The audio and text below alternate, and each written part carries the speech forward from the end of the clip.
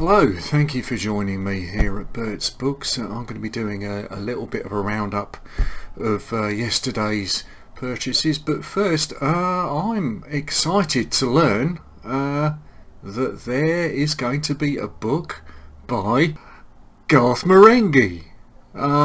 Details of which were announced a couple of weeks ago. Garth Marenghi book to be published.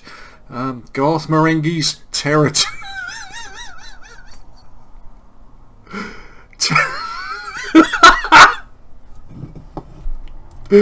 Teratome is to be published in November. Matthew Holness promises three spine-shattering tales of fright from Garth Marenghi's long-lost multi-volume epic. Publishers tease. Dare you crack open the teratome, mind the spine. This is from the British Comedy Guide. I'm getting this, by the way. So there's a bit of blurb. Matthew Holness is working with Hodder and Stout and imprint Coronet to release the 304 pages, very precise, Garth Marenghi's Teratome, written in the voice of his fictional horror author. Holness confirmed, coming in November in hardback, ebook and audio. 3 spine-shattering tales of fright. The publishers say when horror writer Nick Steen gets sucked into a cursed typewriter by the terrifying typeface Dark Lord of the Prolix, the hellish visions inside his head are unleashed for real. Forced to fight his escaping imagination, now leaking out of his own brain, Nick must defend the town of Stalkford from his own fictional horrors, including a vascular necrosis obsessed serial killer Nelson Strain and Nick's dreaded Throppleganger, the Dark Third. The Coronet also provide a biography of the character. Garth Marenghi was born in the past, graduated from his local comprehensive, now bulldozed, with some O-levels in subjects. He taught for 9 years at his local library reading group before becoming a full-time horror writer. He has published numerous novels of terror, over 500 short stories, and has edited 30 anthologies of his own work, all of which have received the Grand Master of Darkdom award. He wrote and gives a bit of detail about Dark Place. So it's available to pre-order now. Coronet is the name of the publisher. Now I'm particularly excited and tickled by this because you may or may not have seen, I think it's from last year, I did an episode called Books That Don't Exist But Should, and it's kind of a wish list of books that I would read if they existed, and generally sort of film novelisations that were never produced, like there's never a novel for Kiss Meets the Phantom, for instance.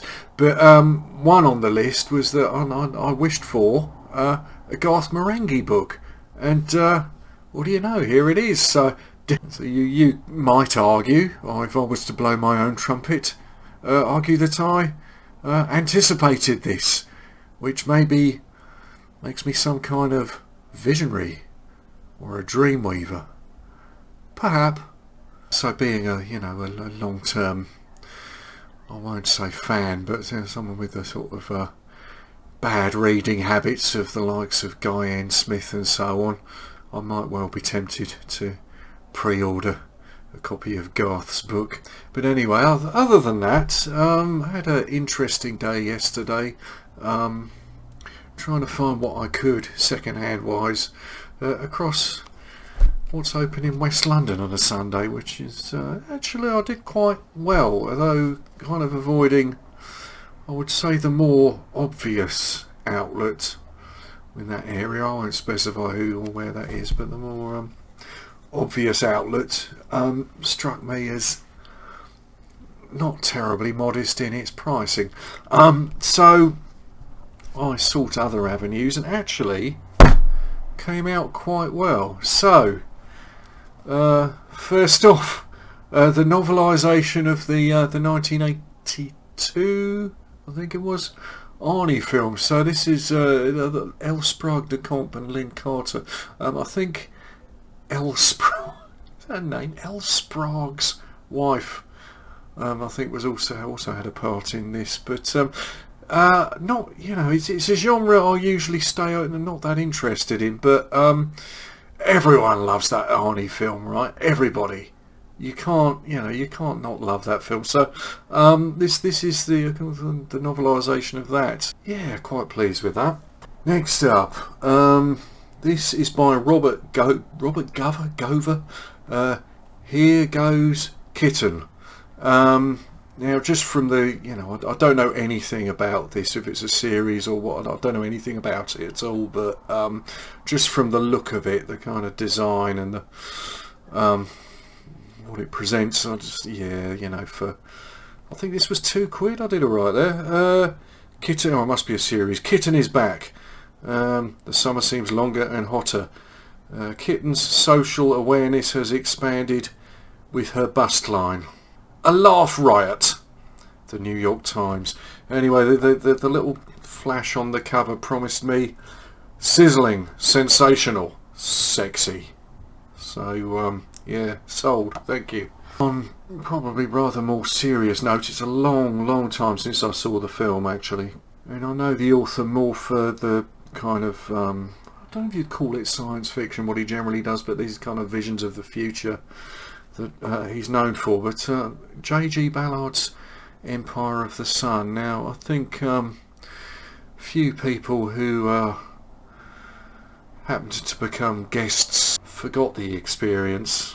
This is one of those things, my granddad's generation, it was kind of everybody knew somebody who'd, and it was, that generation it left deep scars. I don't remember a lot about the film, I have to say. It's a long time since I've seen it, but not a bad find either. Another, this from appearances is of that kind of classic early 80s horror genre paper, pulpy New English Library type of output. He Died Underground of Terror. The Haunting at Waverley Falls by Hugh C. Ray. This is, I don't know, to me, I would have said that was a Bigfoot, but I didn't have any context to that. I guess it's a subterranean thing. Nice one for the claustrophobics amongst us, this, I would guess. We'll see. Another one that I've not read this in decades, and I really can't remember the last time I saw the film. But I gather the younger star of this, someone just told me that the actor, went on to be in Midsummer, which I wasn't aware of.